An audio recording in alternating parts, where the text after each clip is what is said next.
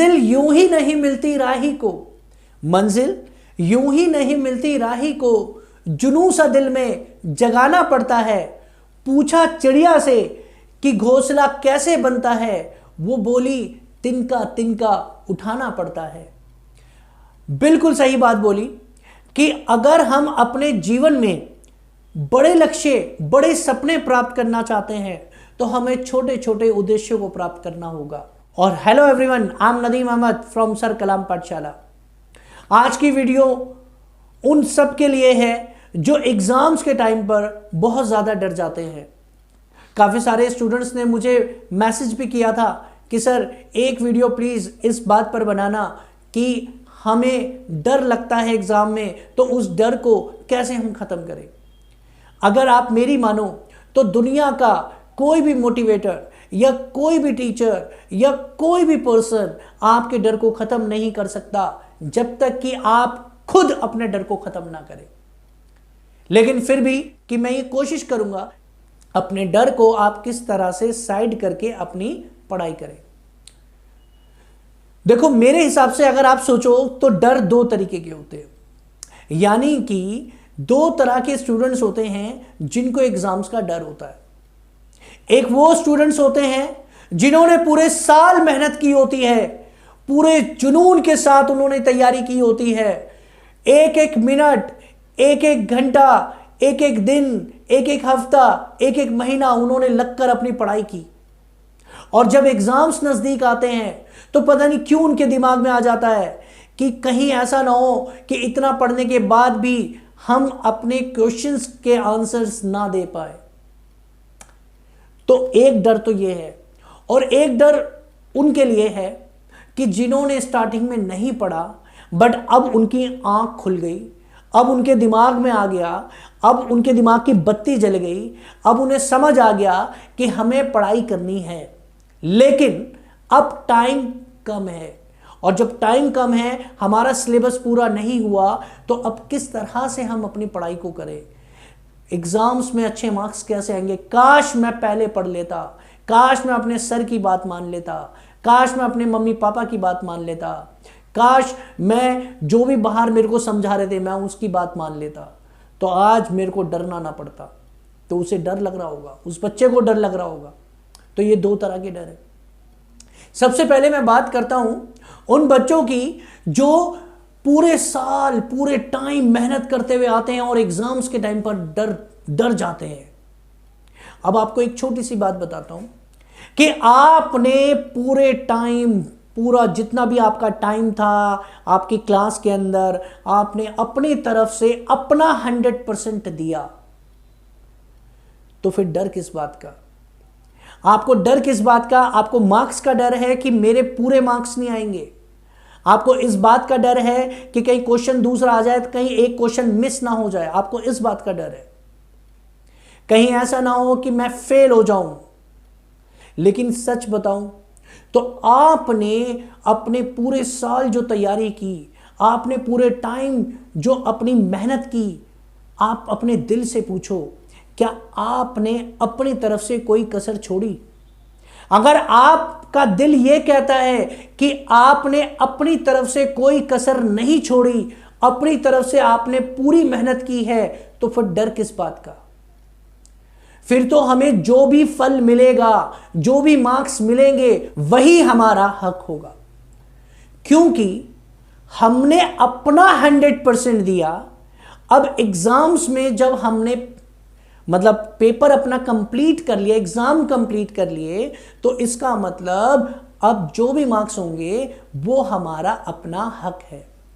तो इसीलिए डर किस बात का। आप सबसे पहले आप ये समझ लो कि आपने पूरे साल मेहनत की, उस पूरे साल की मेहनत को उस एक छोटे डर से आप खत्म करने जा रहे हो। उस पूरे साल की मेहनत को, पूरे साल की मेहनत, पूरे महीने की मेहनत, एक एक मिनट की मेहनत को आप स्पॉइल कर दोगे, यह सोचकर कि हाय क्या होगा। आपने मेहनत कर ली तो अब यह मत सोचो कि एग्जाम में क्या आएगा, क्या मैं करूंगा या मैं करूंगी, आप सबसे बेस्ट हो रहोगे। You are the best. आप बस इतना मान के चलो कि आप बेस्ट हो। डर अपने से कोसों दूर, डर के बारे में तो कभी सोचना ही नहीं। अगर आप डर के साथ पढ़ाई करोगे तो आप कभी पढ़ाई नहीं कर पाओगे। इवन लाइफ में आप कोई भी करियर, कोई भी अपना लक्ष्य, अपना गोल अचीव करना चाहते हैं तो उधर से डर को निकालना पड़ेगा, तभी आप अपने गोल को अचीव कर पाओगे। क्योंकि डर आपके दिमाग में कई तरह के क्वेश्चंस क्रिएट करता है। डर आपके दिमाग में बहुत सारी चीजें ऐसी ले आता है जो आपके पढ़ाई के अंदर, आपकी स्टडी के अंदर हर्डल्स बनती हैं। तो इसीलिए आपको डर से कोसों दूर रहना है। तो ये डर आज से बिल्कुल खत्म कर दो, क्योंकि आपने जो पूरे साल की मेहनत करी है, हो सकता है कि आपके 100 में से 100 आ जाए मार्क्स, लेकिन अगर आप डरोगे तो फिर 100% आपके 100 में से 100 मार्क्स तो आने से रहे। तो इसलिए आज से बी कॉन्फिडेंट। कॉन्फिडेंट ऐसे होना चाहिए, कॉन्फिडेंट ना तो ऐसे हो और ना ऐसे हो। मेरी बात समझे? कॉन्फिडेंट मीन्स कॉन्फिडेंट, ना तो ओवर ना लो, ना ऊपर ना नीचे, बैलेंस। तो आपका कॉन्फिडेंट ऐसे होना चाहिए कि मैंने तैयारी की है और 100% अपना दिया है तो मेरे मार्क्स भी 100% आएंगे। और अगर 100% नहीं आते तो यही मार्क्स मेरा हक था जो मुझे मिल गया। ठीक है? हां, लेकिन मैंने क्या कहा? जिसने अपना 100% दिया, अपनी तरफ से पूरी कोशिश की। तो अब दूसरे डर वालों की बात करते हैं, जो पूरे साल कुछ नहीं करते, पूरे साल खेलना कूदना, पूरे साल उन्होंने कुछ करा ही नहीं, पूरे साल उन्होंने पढ़ाई करी नहीं, पूरे साल उन्होंने सिर्फ फेसबुक, व्हाट्सएप, इंस्टा, बस इसी पे क्या एक्टिव रहे। और अब उनको डर लग रहा है कि सर एग्जाम्स आ रहे हैं, क्या करें? डर लग रहा है सर कुछ करो सर। तो उनके लिए छोटी सी एडवाइस कि एक गलती आपने ये की कि आपने पूरे साल कुछ नहीं किया। आपने पूरे साल अपने पेरेंट्स को धोखा दिया, आपने पूरे साल अपने टीचर्स को धोखा दिया। आप जब अपने टीचर्स को या अपने पेरेंट्स को धोखा देते हो तो अपने आप को दिमागदार समझते हो। आज मैंने अपना होमवर्क पूरा नहीं किया, सर को कैसे चकमा दिया मैंने।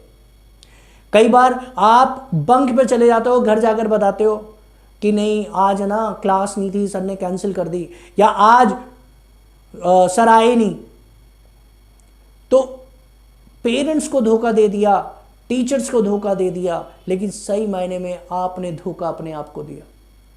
बहरहाल मैं आपको डराना नहीं चाहता, मैं आपको यह बताना चाहता हूं कि आपने पूरे साल गलतियां की। अगर आपको एहसास हुआ है तो वो कहते हैं ना कि देर से आए लेकिन दुरुस्त आए। अगर आपको इस बात का एहसास हो गया है तो यही काफी है।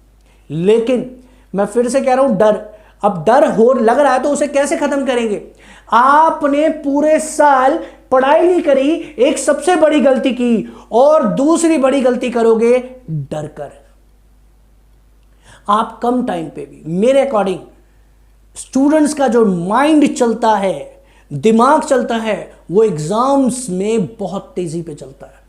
एग्जाम्स के टाइम पर आप कभी नोटिस करना कि जो बुक हम पूरे साल नहीं पढ़ते या पूरे साल हमें समझ नहीं आती, वो एंड टाइम पर, एग्जाम्स के टाइम पर हम थोड़ा सा पढ़ लेते हैं और हमारे दिमाग में बैठ जाती है, क्योंकि हमारा दिमाग बिल्कुल उस टाइम फोकस पे होता है। और शुरू में ये होता है कि अभी तो बहुत टाइम पड़ा एग्जाम्स का, लेकिन प्लीज कोशिश तो हमेशा ये रहनी चाहिए कि आप अपनी तैयारी स्टार्टिंग से करते हुए आए। लेकिन अगर हम बात करें, अगर टाइम निकल चुका है तो प्लीज आप डरे ना। अब मैंने तो इतनी सी बात बोल दी, आप ये फोकस करो कि अगर आप डर गए तो मर गए। क्योंकि गलती दो तरीके से हम क्या कर सकते हैं, एग्जाम दे सकते हैं, या तो तैयारी करके या कॉन्फिडेंट होकर। तैयारी तो हमारी हुई नहीं ज्यादा, बचा कौन सा? दूसरा पॉइंट क्या? बिना डरे जाना है। बिना डरे अभी तैयारी करनी है। आप अपने कुछ सेलेक्टेड चैप्टर्स कर लें, आप अपने टीचर से मिलकर अपने अपने सब्जेक्ट के जो जो टीचर्स हैं, स्पेशलिस्ट हैं, उनसे बात करके कि सर ज़्यादा किस तरह से मैं एफिशिएंटली पढ़ूं, यानी कौन सा चैप्टर मैं पहले कवर कर लूं जिससे मैं ज़्यादा से ज़्यादा मार्क्स ला सकता हूं या ला सकती हूं, तो आप इस तरह से पढ़ाई कर सकते हो। लेकिन पढ़ाई बहुत ज़रूरी है, और मैं फिर से बता रहा हूं, पढ़ाई सिर्फ मार्क्स के लिए नहीं की जाती, पढ़ाई सिर्फ करियर बनाने के लिए नहीं की जाती। पढ़ाई से बहुत फ़ायदे होते हैं, अपना करियर के अलावा भी हटकर भी एक अच्छा इंसान, एक अच्छी सोच लेकर आप हमारे देश की ह्यूमन कैपिटल फॉर्मेशन हो। और मैं चाहता हूं कि आप इतने कामयाब हो जाएं कि हमारे देश का नाम रोशन करें, आप हमारे देश की संपत्ति हो।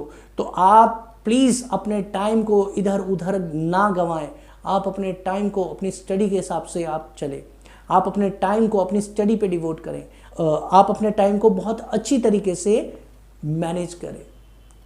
तो इसलिए प्लीज़ आज की वीडियो सिर्फ इतनी कि डरना मना है। 2 बातें, वैसे तो बहुत सारे पॉइंट्स हैं मेरे पास कि डर को कैसे निकालें, लेकिन अभी फ़िलहाल मैं आपको एग्ज़ाम से रिलेटेड डर को ख़त्म करना चाह रहा हूँ कि एग्ज़ाम्स में अगर आपने मेहनत करी और इसलिए डर लग रहा है तो वो तो कोई बड़ा इशू नहीं है। आपको अपने ऊपर विश्वास होना चाहिए कि पूरे साल अगर आपने मेहनत करी है, आएगा तो बुक्स में से ही। बुक का मतलब चेंज होकर आ जाएगा। अगर आपने रट्टा मारा है तो थोड़ी सी दिक्कत आ जाती है, नहीं तो आना तो सिलेबस से ही है। तो इसीलिए पॉइंट्स को समझकर आप पढ़ें, अपनी बुक्स को समझकर पढ़ें, कोई भी चैप्टर कोई भी सब्जेक्ट हो उसे समझ कर पढ़ें।